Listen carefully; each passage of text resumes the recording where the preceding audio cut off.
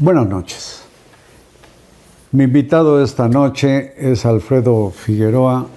Carlos, bienvenido. Gracias. A esta zona irracional que es el asalto a la razón. Me llamó mucho la atención Alfredo. Alfredo es sociólogo, fue consejero del Instituto Federal Electoral, participa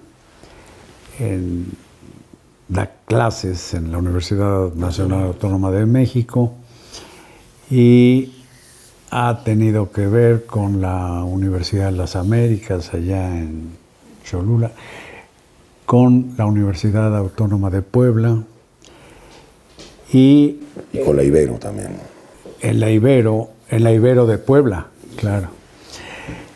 Y te escuché, Alfredo, en una conversación que me resultó fascinante con Carmen Aristegui, hablando de algo que me hizo pensar o reafirmar mi escepticismo en torno de eso que llamamos verdad, que es, por cierto, para mí una obsesión en lo que tiene que ver con el ejercicio periodístico, en que no sé si los reporteros nos ocupamos de verdades o de verosimilitudes, pero tu planteamiento con Carmen fue a partir del hallazgo de este rancho siniestro en Jalisco y de que estamos en el mundo en una especie de cambio de era,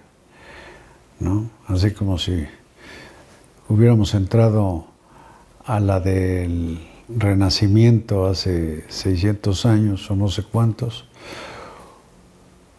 porque todo está, no sé si es revisión, pero está de cabeza en México y en el mundo.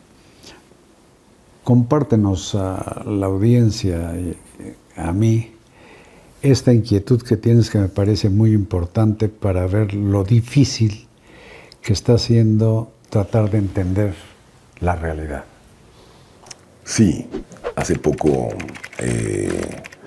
o hace algunos años, buena parte de los escritores de teoría social iniciaron sus textos, casi todos, preguntándose por qué ya no entendían nada de lo que pasaba en el mundo, ¿no?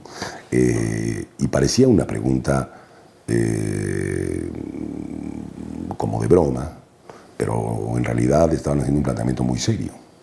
Si teníamos todavía los instrumentos para entender qué es lo que estaba pasando, ¿no? En un mundo en donde la comunicación cambió, las fórmulas de relación han cambiado, en un mundo en donde, las reglas de lo civilizado, civilizatorio se han ido modificando como se han modificado, en un mundo en donde aparecen personajes hoy que parecería imposible pensar en otras décadas, ¿no?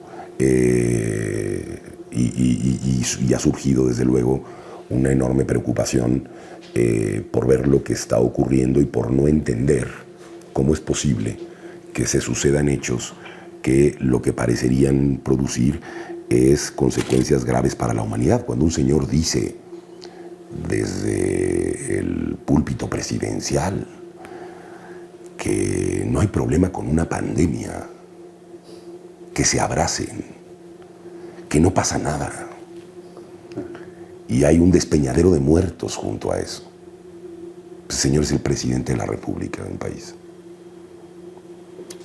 Y no hay, a veces, ya no digamos una consecuencia jurídica, Carlos. No hay ni siquiera consecuencias políticas para alguien que afirma una cosa así, teniendo una responsabilidad pública. Ni hay un castigo social a la hora de una elección. Ni hay un castigo social. ¿Qué está pasando con las personas que consumimos a través de los medios de comunicación información, para entrar en el tema de de la verosimilitud. Con Carmen hablaba especialmente de eso. La discusión sobre la verdad es una discusión que, como bien planteas, tiene su complejidad y nos pasaríamos muchos programas discutiendo cómo surge, en dónde está, si hay una, si hay 2 millones, etc. Pero la verosimilitud era un elemento, los hechos, la evidencia, que la civilización pudo construir para mediar las convenciones y las relaciones sociales que tenemos, ¿no? Fuimos construyendo una parte de eso. Y, por ejemplo, en la ciencia logramos, entre otras cosas, entender que tener una vacuna y ponerse una vacuna era un asunto que nos podía salvar la vida. Y que valía la pena firmar el Acuerdo de París contra el cambio climático. El cambio climático. Bueno, hoy hay un desprecio por los hechos. Como que 2 y 2 ya no son 4. Como que 2 y 2 ya no son 4, Carlos, exactamente. Si lo digo yo, y lo digo desde la posición que guardo de poder, entonces voy a tener una comunidad importante que va a empezar a creer que eso del 2 y 2 son 4 es en realidad una tontería, ¿no? Entonces, esto es lo que está pasando, ¿no? Y creo que nos tenemos que hacer cargo de cómo estamos recibiendo esa información y cómo hoy, y creo que tiene un componente que ver con las formas en las que mucha gente se informa, y por eso los periodistas tienen el enorme desafío que tienen, conviviendo en un scroll de una pantalla telefónica, con Carlos Marín en este programa, pero 5 segundos después con unos niños golpeándose en la escuela y jalas otra vez y entonces alguien está hablando de una pizza y jalas otra vez y entonces hay 2 coches compitiendo y golpeándose y jalas otra vez y hay un policía extorsionando a una señora. Y la manera en la que estamos consumiendo la información que tenemos y las capacidades y competencias que tenemos para escudriñar aquello que es cierto, de algún modo, de aquello que no lo es. ¿Y cómo explicarlo de una manera estructurada, en apariencia racional, cuando los hechos se producen de manera más bien caótica en México y el mundo? Bueno, justamente hablábamos de la capacidad que desde la academia, pero también desde el periodismo y desde otros lugares, y por eso hablaba yo de la pregunta de aquellos teóricos sobre cómo explicar esto, cómo estructuradamente empezar a explicar esto, tiene que ver con el escudriñamiento de la información y de la comunicación y del cambio epocal que existe respecto de no solamente cómo consumimos información, cómo nos relacionamos entre nosotros, sino cómo podemos poner en cuestión cosas que eran absolutamente válidas hasta hace 10 o 15 o 20 años, ¿no? Si me permites, hay un suceso reciente que es el hallazgo de este rancho que le llaman de exterminio y de capacitación de delincuentes en Jalisco. Y yo digo, bueno, cualquier lugar en donde hayan sido asesinadas personas, pues si no un campo, es un sitio de exterminio. Por supuesto. Y percibo un afán por parte del oficialismo, la Presidencia de la República, la Fiscalía General de la República, de negar que fuera exterminio. Y llegan al exceso, para mí asombroso, de organizar una especie de tour tumultuario, abriendo el lugar y dando pie a que se altere lo que se conocía como la escena del crimen que había que preservar. Y de pronto, con una visita de centenares de personas, parecen pulverizarse las posibilidades de seguir investigando lo que descubrieron las organizaciones que buscan a sus desaparecidos.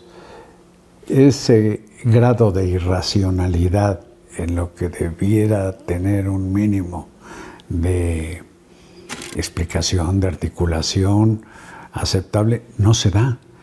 No se da y están metidas todas las instancias del gobierno mexicano.